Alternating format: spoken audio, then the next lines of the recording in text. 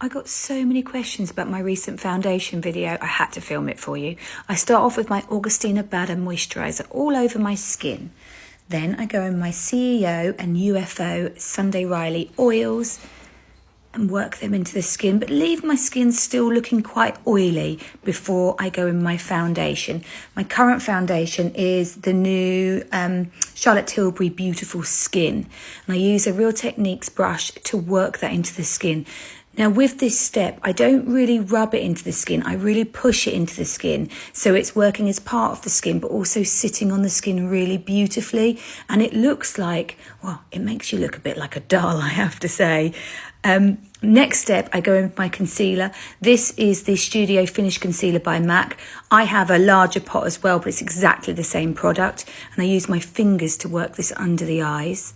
The finger applies slightly less pressure, which I prefer, so you can blend it really nicely, but it doesn't disrupt the makeup too much. Next I go in with my bronzer, Chanel Cream Bronzer of course, and a mini multitask brush, and just buff that over the cheeks just to add a little touch of colour and make my skin look a little bit more glowy and a little bit healthier.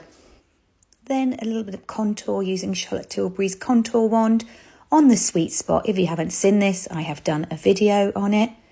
Just buff that in till it disappears. Next in with a little bit of powder, I've got the Charlotte Tilbury Airbrush Flawless Finish. On any areas that have a little bit too much shine, I want to keep the glow in the skin, but some bits are a little bit too shiny.